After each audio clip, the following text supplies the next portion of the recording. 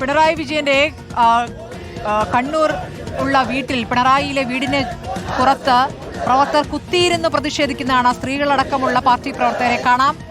അതിവൈകാരികമായി പ്രതികരിക്കുന്നു. അതിരൂക്ഷമായ പ്രതികരണങ്ങളുണ്ട്. ഇഡിക്കെതിരെ ശക്തമായ മുദ്രാവാക്യങ്ങളുണ്ട്. ഇതിൽ കോൺഗ്രസ് BJP ഗൂഢാലോചന എന്നുള്ളതാണ് ഇപ്പോൾ CPM ആരോപിക്കുന്നത്. പ്രധാനമന്ത്രിയെ മുഖ്യമന്ത്രി പോയി കണ്ടതൊക്കെ ഇതിനായിരുന്നു എന്ന മറ്റുള്ള പ്രതികരണം കൂടി CPM നേതാക്കൾ നടത്തുന്നു. അർജുൻ കല്യാട് വിവരങ്ങളുമായി. അർജുൻ, കണ്ണൂരിലെ പിണറായി വിജയന്റെ വീടിന് മുന്നിൽ പ്രവർത്തകർ പ്രതിഷേധവുമായി കുത്തിയിരിക്കുന്ന കാഴ്ചയാണ്. അത് എവിടെ വരെ നീളുന്നതാണ് ഈ പ്രതിഷേധം? അകത്ത് ഈ റെയ്ഡിന് ശേഷം ED ഉദ്യോഗസ്ഥർക്ക് പുറത്തേക്ക് ഇറങ്ങേണ്ടതുണ്ട്. അവിടെ പോലീസിന് കാര്യമായി ഒന്നും ചെയ്യാൻ കഴിയുന്നില്ല എന്നാണോ? സ്മൃതി, തീർച്ചയായിട്ടും ഇപ്പോൾ വീടിന്റെ പ്രധാന കവാടത്തിന് മുന്നിൽ ഇപ്പോൾ CPM പ്രവർത്തകർ കുത്തിയിരിക്കുന്നതാണ് നമ്മൾ ദൃശ്യങ്ങളിൽ കാണുന്നത്. ഏകദേശം ഈ റോഡിൽ മുഴുവനായും തന്നെ CPM പ്രവർത്തകർ ഇരിക്കുന്നതാണ് നമ്മൾ ദൃശ്യങ്ങളിൽ കാണുന്നത്. അത്തരത്തിൽ പ്രതിഷേധം കൂടുതൽ കടുപ്പിക്കുന്ന ഒരു നിലപാടിലേക്ക് തന്നെ CPM കടക്കുന്നു എന്ന് വേണം നമുക്ക് മനസ്സിലാക്കാൻ. നേരത്തെ പറഞ്ഞിരുന്നത് 10:30 മണിക്ക് പ്രതിഷേധ പ്രകടനം നടത്തും എന്നുള്ളതാണ്. നിലവിൽ ഇപ്പോൾ എന്തായാലും പ്രവർത്തകർ ഈ പാണ്ഡ്യാലമുക്കിലെ വീടിന് മുന്നിൽ കുത്തിയിരുന്നു കൊണ്ടുള്ള പ്രതിഷേധത്തിലേക്ക് തന്നെ കാര്യങ്ങൾ എത്തിയിരിക്കുന്നു.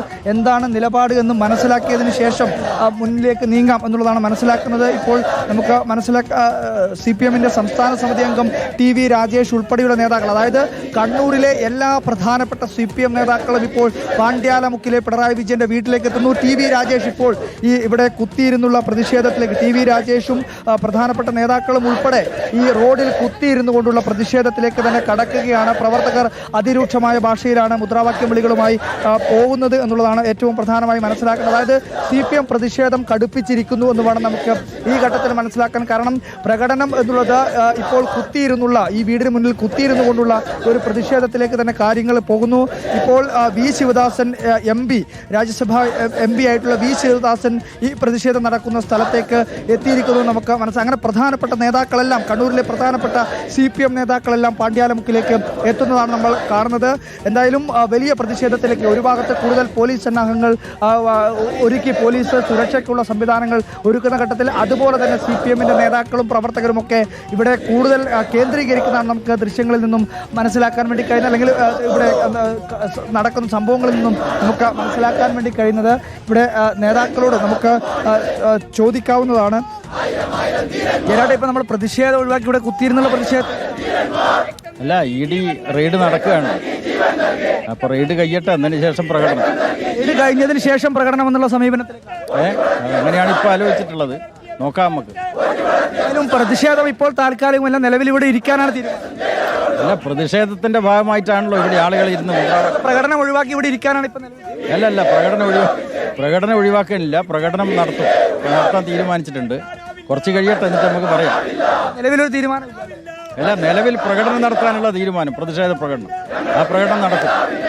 എന്തായാലും P ജയരാജൻ വ്യക്തമാക്കുന്നത് ഇത്തരത്തിൽ വലിയ രീതിയിലുള്ള പ്രതിഷേധം തന്നെയാണ്. നിലവിലിപ്പോൾ പ്രകടനം നടത്താനാണ് തീരുമാനിച്ചതെങ്കിൽ കൂടിയും ഇവിടെ അത്തരത്തിൽ കുത്തിയിരുന്നുകൊണ്ട് ഇപ്പോൾ TV രാജൻ അത് വളരെ ഉറപ്പല്ലേ. CMLR-ൽ നിന്ന് നേരിട്ട് 15 ലക്ഷവും 20 ലക്ഷവും വാങ്ങിയവർ കേരള മന്ത്രിസഭയിലുണ്ടല്ലോ. നേരിട്ട് പണം വാങ്ങിയ 20,000 രൂപ മാത്രമേ നേരിട്ട് വാങ്ങാൻ പറ്റൂ. നേരിട്ട് ലക്ഷങ്ങൾ വാങ്ങിയവർ കേരള മന്ത്രിസഭയിലുണ്ട്. അവർക്ക് കേസില്ല, അവർക്ക് നേരെ അന്വേഷണമില്ല. ഇത് പൊളിറ്റിക്കൽ വെണ്ടേറ്റയാണ്. ഇതിനെ സർവ്വശക്തി ഉപയോഗിച്ച് ഞങ്ങൾ നേരിടും. ED-യെ രാഷ്ട്രീയമായി ദുരുപയോഗിച്ചാൽ ജനങ്ങൾ അണിനിരത്തി ഞങ്ങൾ അതിനെ പ്രതിരോധിക്കും. കോൺഗ്രസ് ഉൾപ്പെടെയുള്ള സംഘടനകളുടെ ഗൂഢാലോചന അല്ല, രാഹുൽ ഗാന്ധി കേരളത്തിൽ വന്നപ്പോൾ അദ്ദേഹം ചോദിച്ചത് ഒരു പ്രതിപക്ഷ നേതാവിന്റെ രാഷ്ട്രീയ ധാർമ്മിക സദാചാരം മറന്ന് അയാൾ ചോദിച്ച ചോദ്യം എന്താണ്?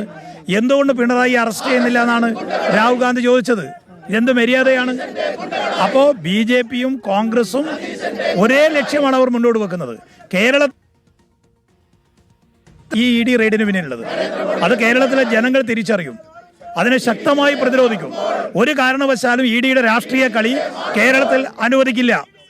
ഇത് തന്നെയാണ് CPM-ന്റെ സംസ്ഥാന സമിതി അംഗം V ശിവദാസ്. ഇതിപ്പോൾ ശക്തമായ പ്രതിഷേധത്തിലേക്ക് തന്നെ CPM കടക്കുകയാണ്.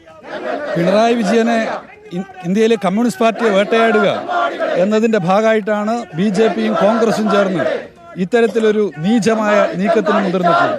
പക്ഷേ അവർ മനസ്സിലാക്കേണ്ടുന്ന കാര്യം ഇത്തരത്തിലുള്ള നീചമായ അനവധി നീക്കങ്ങളെ നേരിട്ടുകൊണ്ടാണ് ഇന്ത്യയിലെ കേരളത്തിലെ കമ്മ്യൂണിസ്റ്റ് പാർട്ടി വളർന്നിട്ടുള്ളത്. അതുകൊണ്ട് പിണറായി വിജയന്റെ വീട് റെയ്ഡ് നടത്തുക, പിണറായി വിജയനെ വേട്ടയാടുക, കേരളത്തിലെ കമ്മ്യൂണിസ്റ്റ് പാർട്ടി നേതാക്കളെ ആകെ വേട്ടയാടുക എന്നുള്ളതുകൊണ്ട് ഞങ്ങളാകെ പേടിച്ച് വീട്ടിലിരിക്കും എന്നാണ് ഇവർ കരുതുന്നതെങ്കിൽ നരേന്ദ്രമോദിയും വി ഡി സതീശനും മനസ്സിലാക്കേണ്ടത് ഇത് ഈ കേരളത്തിൽ ഇന്ത്യയിൽ നടക്കില്ല എന്നാണ്. ഞങ്ങളുടെ നിരവധി സഖാക്കളെ നിങ്ങൾ റെയ്ഡ് നടത്തി. പ്രബീർ പുർക്കായസ്തി അറസ്റ്റ് ചെയ്തു, ഇ ഡി ജയിലിൽ അടച്ചു. എത്ര സഖാക്കളെ വേട്ടയാടി. അങ്ങനെ വേട്ടയാടുമ്പോൾ കോൺഗ്രസ്സുകാർ ബി ജെ പിയിലേക്ക് പോകുന്നത് പോലെ കോൺഗ്രസ്സുകാരെ ആകെ ഫ്രീസ് ചെയ്ത് വെക്കാമെന്നുള്ളത് പോലെ കമ്മ്യൂണിസ്റ്റുകാരെ ഫ്രീസ് ചെയ്ത് വെക്കാൻ കഴിയുമെന്ന് കരുതണ്ട. ജയിലറയും തൂക്കുമരങ്ങളും ഒക്കെ കണ്ടിട്ടാണ് കേരളത്തിലെ ഇന്ത്യയിലെ കമ്മ്യൂണിസ്റ്റ് പാർട്ടി യാത്ര ചെയ്തിട്ടുള്ളത്. അതുകൊണ്ട് ഈ നാട്ടിലെ ജനങ്ങൾക്ക് ഇതൊന്നും ഒരു വിഷയമുള്ള കാര്യമല്ല. ഞങ്ങൾ ഇതിനെ നേരിടും. ഈ കാണുന്ന ജനങ്ങൾ ഇവിടെ ഓടിയെത്തിയവരാണ് വാർത്ത അറിഞ്ഞിട്ട്. അതുകൊണ്ട് ഇവരാരും ഭയന്ന് പിന്മാറുന്നവരല്ല, പ്രതിഷേധവുമായിട്ട് പോകും. ഏതറ്റം വരെ ഇവർ വേട്ടയാടിക്കൊള്ളട്ടെ, ഞങ്ങൾ അതിനെ നേരിടും. എന്തായാലും ഇവിടെയുള്ള പാർട്ടി പ്രവർത്തകരോട് ഇതിനെ ശക്തമായി നേരിടാൻ തന്നെയാണോ? അത് പാർട്ടി തീരുമാനം പാർട്ടി നേതാക്കൾ പറയും. ഈ പറയുന്ന രീതിയിൽ ഇങ്ങനെ വാർത്ത അറിഞ്ഞപ്പോൾ ഇവിടത്തേക്ക് എത്തിയതാണ് വാർത്ത അറിഞ്ഞപ്പോൾ എത്തിയതാണ്.